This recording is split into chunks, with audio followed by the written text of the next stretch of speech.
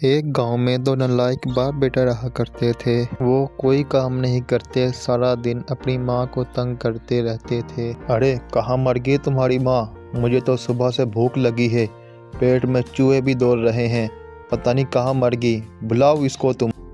अरे बापू मैं नहीं बुलाऊंगा, मुझे तो माँ की बातें बहुत कड़वी लगती हैं। हाँ हाँ ठीक है, मैं ही बुलाता हूँ। हेलो सुनो, कहाँ मर गई? अगर कुछ बनाया हो तो ले आओ, बहुत भूख लगी है। और फिर उनकी बातें सुनकर रामू की बीवी वहाँ आ जाती है। क्या हुआ, क्यों चिल्ला रहे हो? जब देखो चिल्लाते ही रहते हो। चिल्लाना बंद करो, यहाँ हमें बहुत भूख लगी है, जल्दी से कुछ खाने को लेकर आओ। बोल तो ऐसे रहे हो न जाने कितनी कमाई करके आए हो, जब देखो घर पर बैठे रहते हैं और ऑर्डर पे ऑर्डर दे ही जाते हैं। मैं तो तुम दोनों बाप बेटों से तंग आ चुकी हूँ, न जाने कब सुधरोगे। देखा बापू, इसकी गली सड़ी बातें कभी चुप नहीं होती और ऐसे बोलती है जैसे ये हमें कमा कर खिलाती है। और इनकी बात सुनकर रामू की बीवी वहाँ से चली जाती है। और एक दिन रामू की बीवी अचानक से बीमार हो जाती है और लेट जाती है। और दोनों बाप बेटे दूर से ही खड़े खड़े देख रहे थे। अरे बापू, लगता है बुढ़िया बीमार हो चुकी है और इसको दवाई कैसे दिलाएंगे? घर में तो एक फूटी कौड़ी तक भी नहीं।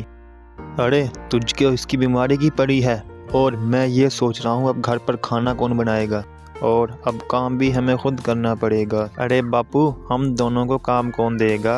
अरे बेटा, मैं जानता हूँ एक ऐसे इंसान को जो हम दोनों को काम पर रख लेगा। और फिर वो दोनों एक सेठ साहब के घर चले जाते हैं। और वो सेठ उन दोनों को पहले से ही जानता था कि वो कितने कामचोर हैं और नालायक हैं। सलाम सेठ साहब, क्या हाल है, ठीक हो? मैं तो ठीक हूँ भाई, तुम बताओ तुम लोगों ने आज यहाँ आने की कसरत कैसे की? क्या बताऊँ सेठ साहब, इसकी माँ बहुत बीमार है और घर में दवाई के लिए एक पोटी कौड़ी तक नहीं है। मेहरबानी फरमाकर आप हमें काम पर रख लीजिए। देख भाई, तुम्हारी बीवी बीमार है इसलिए मैं तुम्हें काम पर रख रहा हूँ।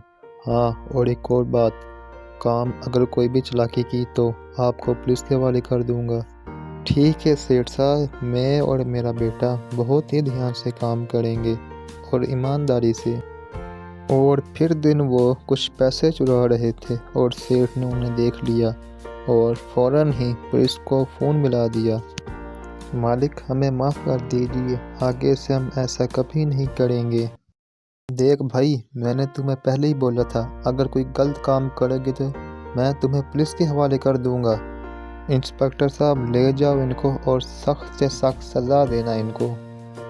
ठीक है सेठ साहब, जैसा आपकी मर्ज़ी, मैं इनको सख्त से सख्त सज़ा दूंगा।